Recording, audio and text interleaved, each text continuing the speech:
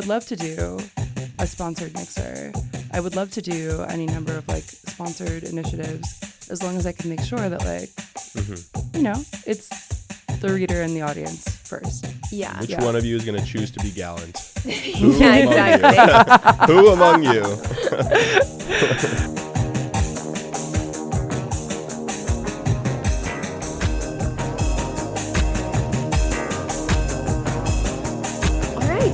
Welcome back. You're listening to the Side Projects podcast. We help marketers understand what cultural relevance means and requires from the people shaping media, art, tech, and dating and sex. Wow. You know, all of those things in conjunction. And they How all fun. make, yeah, exactly. Well, you know, you come to Side Projects podcast for a potpourri, I would say, of interesting cultural discussion. And I think, speaking of discussion, a lot of brands these days are talking about dating, a lot of dating themed shows and franchises, also the success of social shows like Chicken Shop Date and things like that. But I think it doesn't necessarily always feel like there's a super clear view on the state of dating. There's a lot of articles that are obviously quite pessimistic. I feel like the Gen Z doesn't date, Gen Z doesn't have sex articles are kind of like those cigarette articles. It's like cigarettes are always back, Gen Z is always not having sex. You know, it's kind of like Loser the depressing shit. Olympics of two things. But how loser shit is it, Clara? You know, and I think that's why we thought it'd be really important to talk with someone who's kind of been like very steeped in this topic on dating, on sex, on relationships, and is really kind of engaged with actually making it happen, connecting people rather than just kind of making content about it. I agree. So that's why. So glad we're in agreement on that one. And that's why we decided to talk to Amy Rose Spiegel. She is currently the senior editor at The Cut, where she wears many hats. She is the editor of the Personals newsletter, which comes out weekly and It's free. Is free, exactly, importantly. And every week it includes like sort of classified style personals from all types of different people, something for everyone. You can submit. There are details at the end of the podcast. She also gives advice on work, dating, friendships, and more in the Going Through It column, which she co-writes. And then she's also hosted events like the Spring Mixer that The Cut hosted in April, which I saw a lot of in my feed, and I saw a lot of people in the comments who wanted to get into that. So you know I'm how sure it was important IRL events are, stiff Clara. guest list. Yeah. But I think it was a really interesting conversation. I enjoyed talking with her, especially about like dating app fatigue in general, just because I feel like that particular piece of it has felt like very nuanced to me, but like not necessarily nuanced in the way that like a lot of articles often write about it. And I thought she has really interesting perspective on that. Also really interesting point of view on like romantasy and how that sort of shifted in terms of like bumped up, particularly like straight women's expectations around sex and relationships. Rob Roush sets a high bar. I mean, on that Quinn. If it ain't hot better than the reading app Quinn or audio whatever. erotica app, you know?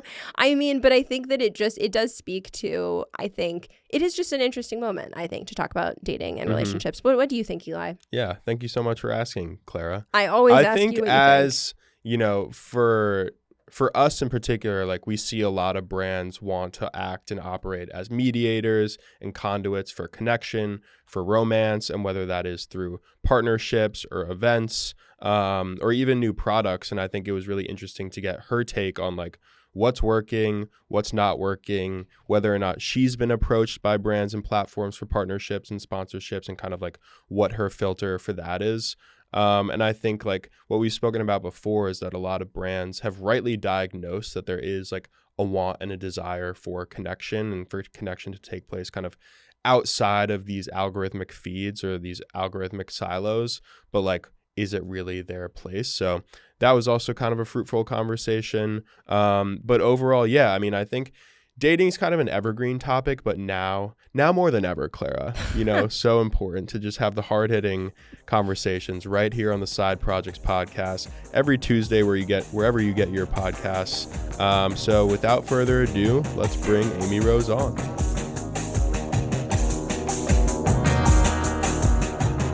So Amy Rose, welcome to the podcast. Thank you so much for having me. We're super excited to talk about sex, dating, relationships. We've never really talked about it on the podcast. Eli before. looks stressed. I know, just for he's the record. He's already scratching his head.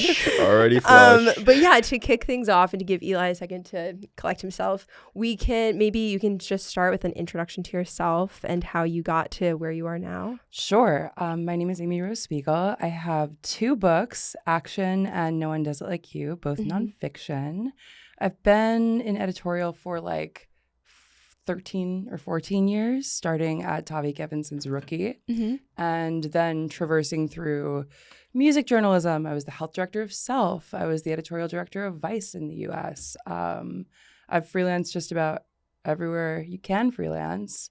And then I also reported a narrative podcast about Playboy. Yes. Called Power Hugh Hefner. Very cool. Which was just all the women of Playboy telling their own stories. Yeah. So that's kind of the long and short of it. And now I am at The Cut at New York Magazine, where I'm a senior editor. I do featurettes across our sections. So on a given, like there was one week where I had a reported story that was like photojournalism about settler violence in the West Bank.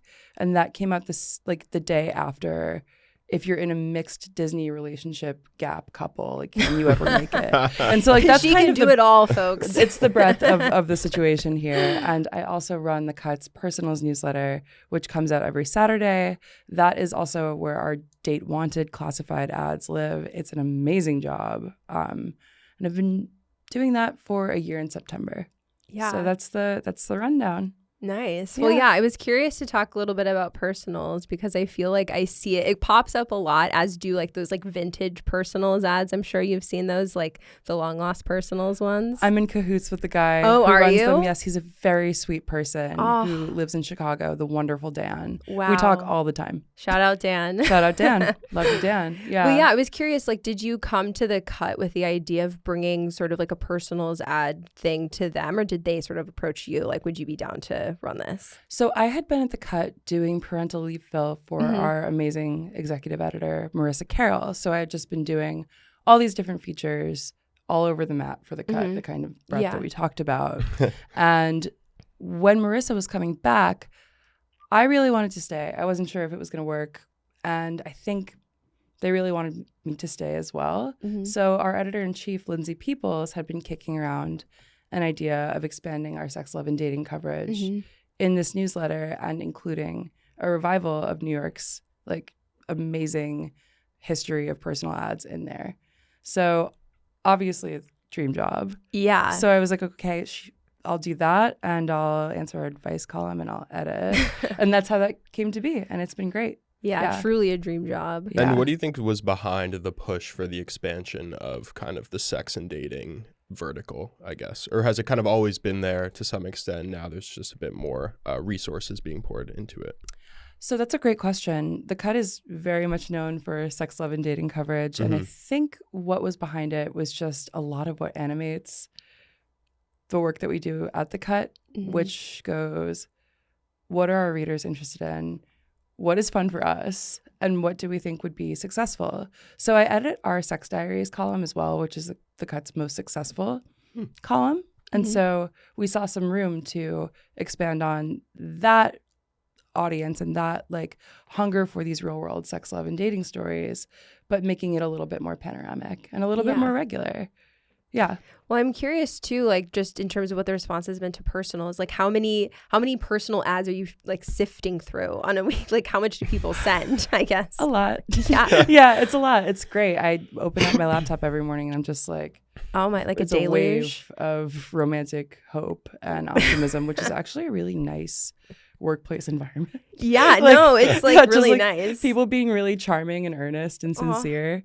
Yeah, so right now I would say I am able to accommodate like anywhere from 5 to 10 new ads a week because each ad represents a whole person who is going out on a limb to try something that they've never tried before and maybe needs a little bit of like, these aren't heavily edited, but I would say I really go out of my way to give people information about our terms of submission. Everybody's like, is my name going anywhere? And the answer is no. Like, yeah. So it's a lot of just clarifying those kinds of details and making sure that everybody feels good Yeah. going into it. Have you noticed Yeah. any kind of interesting or idiosyncratic kind of like trends in terms of who is themes, I guess. Thank you for putting it in plain English as to who is submitting more recently. Yeah, thank you so much for Yeah. asking. So sometimes out of nowhere, I'll get like a ripple of vernacular that sticks around in the ads for like 2-3 weeks and then it goes away. Like there was a little while where everybody was talking about their joie de vivre. And I was like, what? But in terms of like demographic information, I'm not hurting for people in their 20s, 30s, and 40s. I've been getting more and more letters from older people, including emails that are like, hey, I'm 60. Like, where are the ads for me? And I'm like, well, you have submit. Please submit. Like, I love running ads from people who are older, and I do every week. But I would love to make sure that we have a little bit more of just a breadth of ages. Everyone's kind of great in terms of like different identities. I feel that the section at any given time will have queer people in it. We'll have like people who are a multiplicity of different identities, who want different things, who are tonally diverse. So somebody who's very serious, grad students, lesbians, and then like people who are, you know, a little bit more loose, more joie de vivre, exactly. I'm hearing this for the first time. I feel like Trump when he found out Ruth Bader Ginsburg died. Learning this for the first time. But no, the reason I ask is I feel like, you know, people are probably being fairly vulnerable and interacting or responding or submitting things in a way that they might not if they were like a statistic in a Gallup poll or something. So I feel like by that metric, it might be a good barometer to kind of understand more broader like trends just within kind of like culture at large, but dating specifically, you know, or maybe not. Maybe that's my marketing brain. Well, the Gallup analogy is an interesting one because Gallup is all like over the phone, right? And it has to be people who pick up their landline and say, okay, yes, I will respond to a survey. I mentioned I was the health director itself, so I'm always a little bit like, well, personals, though, is like a self-selecting, self-reporting population. So I do think that it is possible to draw broad conclusions from it, but you also have to think like, this is like a New York Magazine reader, presumably. Unlike some of our other newsletters at the magazine, this one is free. Some of our others are just for subscribers. This one, it felt important to me to have it be more accessible. Right. But and we have quite a lot of subscribers now, but I do think that this format rewards sincerity. It rewards people who are a little bit more serious about dating, who want to be thoughtful, and who are open to trying to impress another person. So I think that there's a little bit of like a broad type that within all the types of people in every other way who submit, like that is I think what characterizes them. Even the people who are just looking to hook up, like kind of have that. Yeah. And a sincerity maybe with their intention too. Yes. You know? Yeah. Have you noticed like any or heard about any of like meet cutes or like because like they send out the personals, but then like the people that submit back to like perhaps engage with those people, like do you have any insight into that? Like I try not to be nosy. Yeah, that even makes though sense. I am. I mean, by nature of like every single aspect of my job, people report back. Yeah. Yeah. Wow. I have heard some really lovely things. Last week, somebody wrote me that she had been divorced for 2 years and has been dating, but now she's in the most serious thing since her divorce and it's going really well. And I like posted an anonymized testimonial of that. And then I heard from a whole other wave of new to me success stories. It's very sweet. Yeah.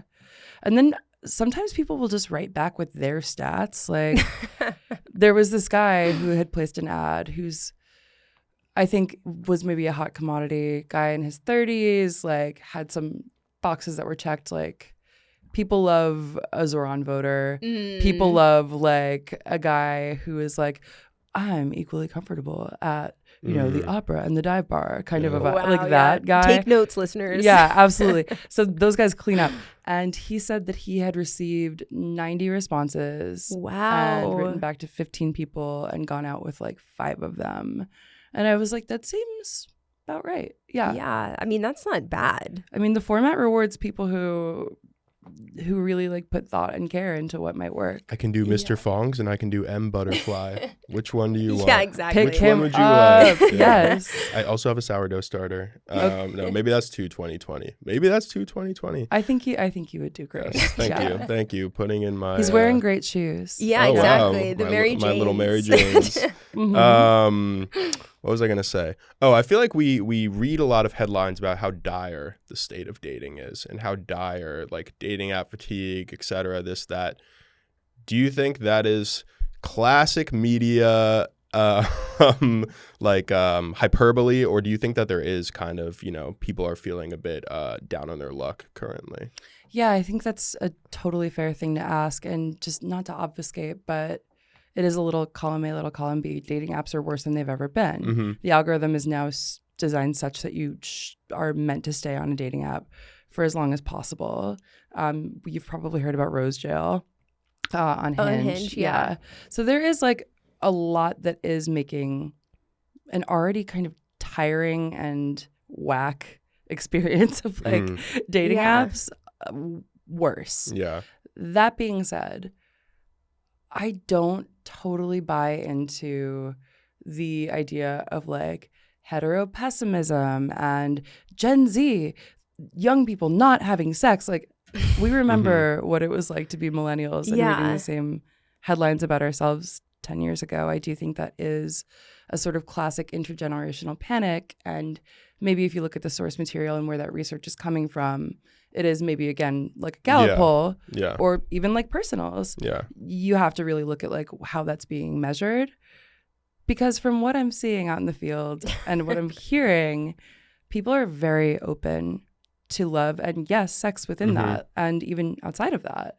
I don't think that an opinion section pundit who is hand-wringing about... And maybe not having sex themselves. Maybe not having sex with themselves, but it's kind of giving like, in my day we used to drink from the hose and what happened. You know what I mean? Like, and I don't always think that is expressed in the best of faith. That said, living in a technocratic nightmare and putting your dating life in the hands of that is maybe not going to breed the best results. Instead, I think you should talk to one algorithm, a weird guy named me. Like, so that's... You'd be in a different type of Rose Jail. Yeah, you fuck around and find out. Yeah. Well, I guess like what are, like you were sort of alluding to like hearing contrary things, like without sort of naming names or calling anyone out. Like, what are you hearing? Because I feel like a lot of what we talk about with like people who, work outside of like internet world is they're like, no, like what's happening in like comment sections on Instagram is like not reality, which on some level is obvious. But I think that like when you're talking about people who are like either opinion columnists or, like perhaps marketers trying to put together a brand deck, like that is what they're taking as gospel, versus being out there in the world. So I'm curious from your experience, like. Sure. I think a lot of it has to do with, we're all familiar with, narrative bias, where if you can point to something that you think is happening, then that gives you a sort of advantage to make your case versus like, it's actually fine. It's actually fine is not a compelling story to marketers or editorially. It's a better story often. It's a more compelling story if you put in the work to tell it well. But I think it's incredibly easy for people to point to online culture, certain things on TikTok, certain Instagram comments, put that in a deck or put that in a pitch and say, here's what it says on the paper. I'm gonna make my panicked case. So I really do think it's that, and I don't think it's necessarily a problem that is specific to one publication or one marketer. I do think that this is something that's sort of endemic to how we're living right now. Yeah. And I hope that what I'm doing at Personals is a little bit more focused on what people are doing versus like, is he breadcrumbing you? Like, yeah, kind of thing. I mean, I just think it's tired. I don't think it's, I don't think it's helpful.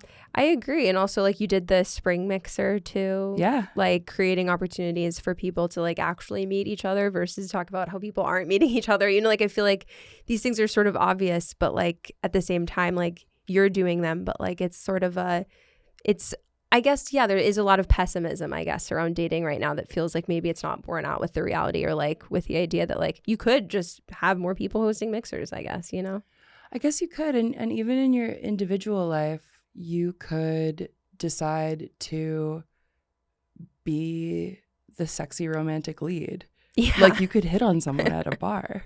You could choose to be gallant. You could choose to be chivalrous. You could choose to be flirtatious or a femme fatale. And this goes for everyone of every gender. Mm-hmm. I mean, all of these things are scary, but worth doing. And so I think, yes, we could have these broader cultural shifts, and I do think that we will. But I think that it's something that people should very much feel like they're able to access in their own lives too. Mm-hmm. Yeah. No, I think that's such an important point. Like we spoke with Jaleel Johnson a couple of one podcast ago. Cool. Can't wait to listen. Yeah, no, he's great. And he was talking about how, you know, like you have in like the comments, like people being like where are those pants from? Or like, where is like, but like that the sort of beauty is like putting together a look and like that takes daring and that takes courage and like having a point of view. But I think like the sort of, we were talking about like the kind of tired conversation around taste that's happening and how it requires having a personality. Mm-hmm. And I think something is similar with dating. Like in order to go on a date, you have to put yourself out there and have a personality, and like truly no one else can do it for you. You know, and I feel like that's maybe the scary part when you're like maybe a younger person and it feels like everything is higher stakes because maybe you feel like you have a vision of what it should look like based off of what you're seeing on social media. But like, I think it is like an interesting manifestation of maybe like this wider anxiety around like making a mistake in how you put yourself out there, if that makes sense. I don't know if that's too far of a reach, but I feel like it is sort of an interesting, I guess, manifestation of this larger thing. Yeah, and I think you touched on an interesting point here, which is that I don't think that sex and dating should necessarily feel separate from the rest of the way that you live your life. Like, and that's why you hear people being like, well, yeah, if you like go to a class or if you go to this or if you go to that, sure, to a certain extent, but I do think that like when you weave the way that you think about sex and dating into the broader way that you just are and the things that you're doing, I think it can feel a lot less pernicious and like fanged. You know what I mean? Like nothing's like coming to get you if you like, you know, I fuck someone. Like, yeah, for instance, just spitballing here. Yeah. Well, here's an unsexy transition. Please. An unsexy tradition too. I feel like, you know, in our world, a lot of brands see something like the decline of third space, dating anxiety, loneliness epidemic. And so we've seen a lot of brands kind of produce dating shows on social, or they'll put on their own kind of like singles mixer event, or we've seen how like the Run Club is the new dating app or something. I'm curious from your standpoint, like what do you think of brands or companies or platforms that are not kind of explicitly for dating, kind of putting themselves out there as a conduit to get people together to either, maybe it is just a meet cute, maybe it is something that feels a bit more explicit, I guess. So yeah, I guess I'm curious, like what's your take there? Yeah, I can appreciate why brands are doing that. I think that from my experience with hosting the Personals Mixer, when the news got out on social, a lot of brands were writing to us and wanting to get involved. And so maybe it's specific to my experience with Personals, but I find that it's a lot of really excited, sweet, single people in marketing who see the need for it. And I totally relate to that. And I think that's really nice. And I can really understand how when you are somebody who sees a need and sees an appeal, that you would want to build something around that. And I don't really know how successful these things are. I'm sure it varies case by case. Obviously, run clubs are a huge sensation. And I think that the dating shows on social, so many of them bring back like the 70s tradition of like Match Game and like the dating game the and Gong Show or which I whatever, love. And I think there's absolutely room for all of that. I do think that people are tired of having their love lives mediated by brands. And I'm also very aware of an editorial brand still being a brand, which is why it's important to me that the newsletter is free, which is why it's important to me that we're very, very selective about the brands that we let in to personals in the cases that we do. I wonder, it's something I think about a lot is like, could a brand ever kind of solve for the existential problem of like, we are a brand trying to do dating? I include myself in that. Yeah. It's interesting that you say you include yourself in that, because I feel like people probably come to you or come to the personals because there's like a parasocial connection, a parasocial relationship, a real person behind it. And something that we talk about here, especially, is like, despite their real desire to be so, it's unclear, and a Supreme Court decision that says they might be, it's unclear that like brands can really be people in the same way, or that corporations can be people in the same way. I was like, where's he going? This is so funny. The Supreme Court, where does it fit Citizens in? United, famed podcast feature. So I think that now I forgot where I was going brands, with that. Right. Yeah. that I don't think brands can be people, and I don't know that they can necessarily foster or facilitate trust in the same way in like a long-term standpoint that a person or like someone like you might be able to. Yeah, I think that that's a good point. And part of what I mentioned about making sure that like the terms of submission are clear and people know that they are like interacting with a real person is this idea of like, it's always going to be like, I'm employed by New York Magazine. But that being so, I want people to have real clarity about what they're getting into and what they're getting out of it. And I also think it's really important that Personals has a lifetime ban if you use AI, and I am a finely tuned detector. Wow, what are the tells? There's the classic ones of like, it's not X, it's Y. It's a short, punchy like 3-item list of like,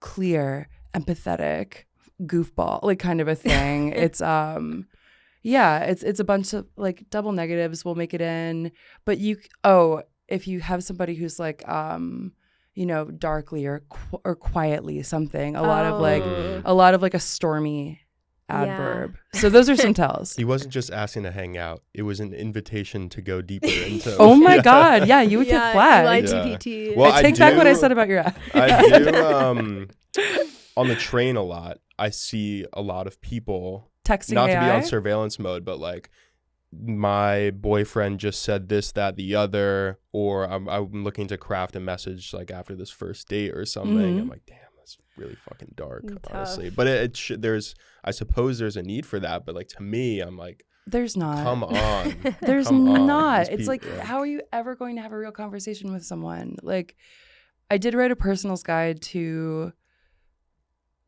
being able to tell when somebody's texting you AI flirts, basically. Would you like me to put that in sexier terms for you? Yeah. Ooh. I don't know. Like, I do on some level understand that, like, yes, it is risky to put yourself out there. No one wants to say the wrong thing. You're robbing yourself of the whole experience. This isn't work. This isn't your job. This is your life. This is pleasure. Like, this is like, I don't know. It's like when people are like, yeah, but I made this thing. And like, it's hard to be creative. It's like, you didn't make that thing. And it is hard to be creative. And that's a point. Yeah. So, yeah. That's so crazy that people would do. I mean, I guess people will do anything. People will do whatever, I guess. I can't be surprised by that. I always say to my boyfriend, like, I will do anything at any time. I think I mean it a little differently. But yeah, I do think that people... Very, very strange. No, I mean, it is so interesting, like the productivity hacking of like everything. And like, I mean, this is a side note, but my downstairs neighbor will text me through AI, but as if it is not him. Like, I'll let the tenant know, but I'm like, you're using the AI bot. Like, you see the text come through and then you text me in third person. Like, but it's just like this really strange, like, distance that is like created, like, so unnecessarily about like taking the trash out. Do you know what I mean? Yeah. Like, it's just strange. And it's interesting how it filters into like work communications and all of that. But I don't know. I was going to ask you about if it was coming in on personals, because no, it really doesn't, because I make it really clear. Yeah, that, like, that people were ban. submitting it. Yeah, that's crazy. Yeah, so it doesn't really touch what we do. Yeah. And if it did, yeah. You're out. Yep. Yeah. Because AI also has like a bad sense of humor. Like, it's kind of a sensibility where you're like, that is the wackest shit I've ever heard. Like, that's not funny. Yeah. And so I don't know. It's just like having an ear for it. But that doesn't really come through, I think, because I think it would be fruitless. Like, the format is for people who like to get a letter from a stranger and feel butterflies in like a you've got mail kind of way. Yeah. You can't do that if you're just two chatbots like reciting back and forth prompts. Like, it just doesn't Habsburgian love. Oh, okay. Now I like it. I want that for the cute. computers. Yeah, okay. That's nice. Yeah, maybe. You never know. Who knows? The long chin. Yeah, I mean, it makes me think too about what you were saying about like mediators, like the brands as being like a mediator in some way of like dating, and like dating apps as being a mediator of dating, and like even something like personals is in some ways a mediator. And it's not that people don't want those, period, but they don't want a certain kind of mediation, I guess, or are sort of resistant to that.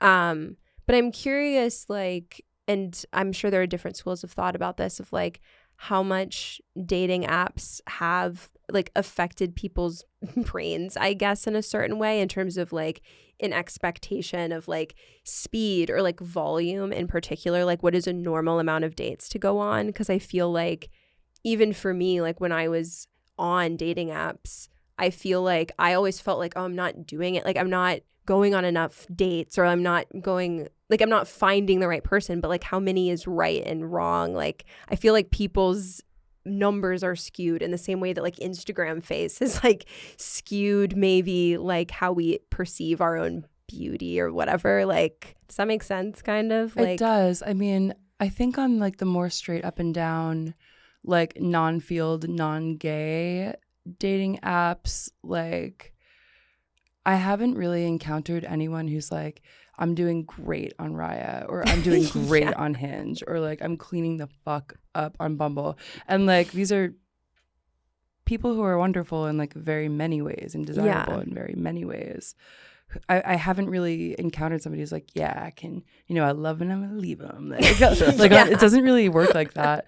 And I do wonder if it has like fomented the sense of like advanced rejection in a way, and a feeling of like insecurity, and a feeling of needing to stay on it or do it better or do it right. And I wonder, I think these are interesting questions. I don't necessarily have the answers. I just know how I feel, how the research that I do, like what that reflects, and, anecdotally what I hear. And my sense is that that's a common feeling. Yeah. Of feeling like talking stage, like how many dates, I don't know. I feel like recently too, because it's become such a discourse, like Bumble, like Whitney Wolf is back at Bumble, I believe.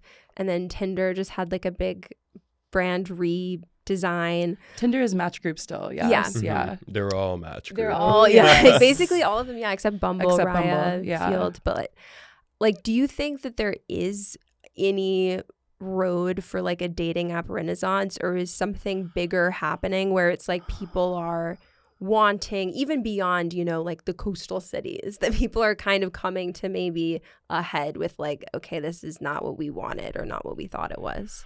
I mean, it's interesting because I think the field is seeing good success in sort of opening up the model a little bit.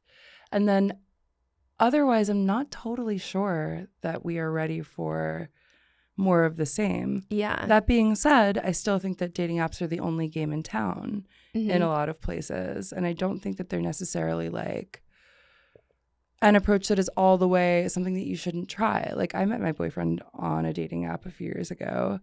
And I think that like if you're going to take an approach of like openness and a spirit of openness, like why not? I think that sometimes though, when that becomes like the only thing you're doing, then you are likelier to become exhausted with it and be like, ugh. So I think it makes sense that a lot of dating apps are trying to expand into like experiences or different kinds of connections or personals. I was reading an article about the Tinder rebrand, and they were like, "Yeah, we got a lot of inspiration from like vintage personals." Yeah, I'm not surprised. Yeah. And I think coming for your cash. Well, yeah. I mean, I think a lot of places will come to Yeah. eat my lunch, but Yeah. I'm not afraid of that because they're not a weird guy named me. Like they're a big company, or they're relying on AI, or like they are marketing it differently, and so it's a different thing from what I do. Yeah. Have any of them approached you to try to work something out, or? Yep. Yeah. Is that in any world something you, or just no? Like, I would entertain it if again I could make sure that the terms were clear and that they were something that the readership and audience of personals would benefit from. Like I would love to do a sponsored mixer. I would love to do any number of like sponsored initiatives as long as I can make sure that like, you know, it's the reader and the audience first. Yeah. Which one of you is going to choose to be gallant? Yeah, exactly. Who among you? Yeah. Be the femme fatale. Yeah. Whitney Wolf. Yeah, exactly. Brought to you by the green M&M or whatever. Oh my God. See, that would no be questions fun. asked. Yeah. That we're doing. I'd do That's that a for free free. idea. Yeah. That's just a free idea. Was that the Perfect. sexy, the boots one? I think it's the boots one. It's the boots one. Boots and lashes. Yeah. Serving. Yeah. Why not? Yeah. One other thing I wanted to ask you about is I feel like in the midst of all of this conversation around dating and sex, there is a lot of like very sex positive like media out there, or sex positive as interpreted by many viewers, like heated rivalry, like audio erotica via the Quinn app. Yeah. Like it feels like there's a certain amount of like a conversation, especially like for women, or like Court of Thorns and Roses. Romantasy. Romantasy.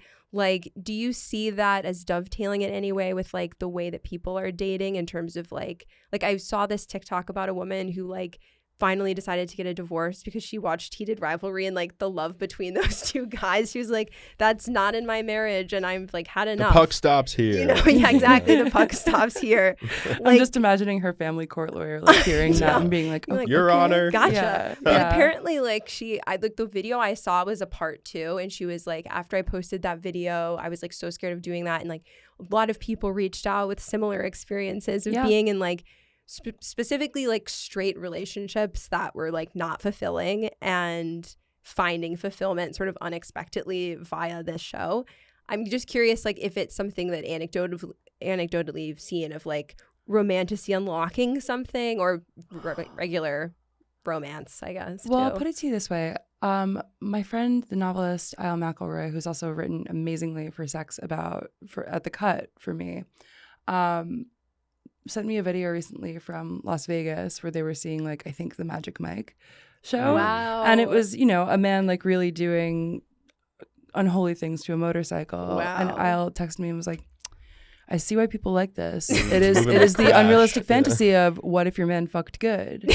And it's like, yeah, like, so I do think that there is a little bit of that. I think that maybe a sort of like, I don't know if we see these things in waves where maybe it was a certain neglect or a certain like complacency that came into certain kinds of heterosexual sex, or maybe now in our popular culture being met with all these different examples like Heated Rivalry and Romantasy and like even Field and even Sex Diaries at the Cut that are inclusive of like kink. Because I think a lot of what, you know, non-hetero sex portrays really well is kink. And a lot of what you're getting in like the Quinn app is smut, like true, like filthy like kinky sex. Yeah, And read to you so- by Rob Roush of The Traders. God bless that man. Love that snake charmer. He's so gorgeous. It's crazy. But yeah, I think that what we might take away from that is that maybe your man should fuck a little better, right? Like, Wow. yeah, maybe it is sort of like incumbent on straight guys to realize that they are needing to pick it up a little bit. Maybe for the cut winter issue or something.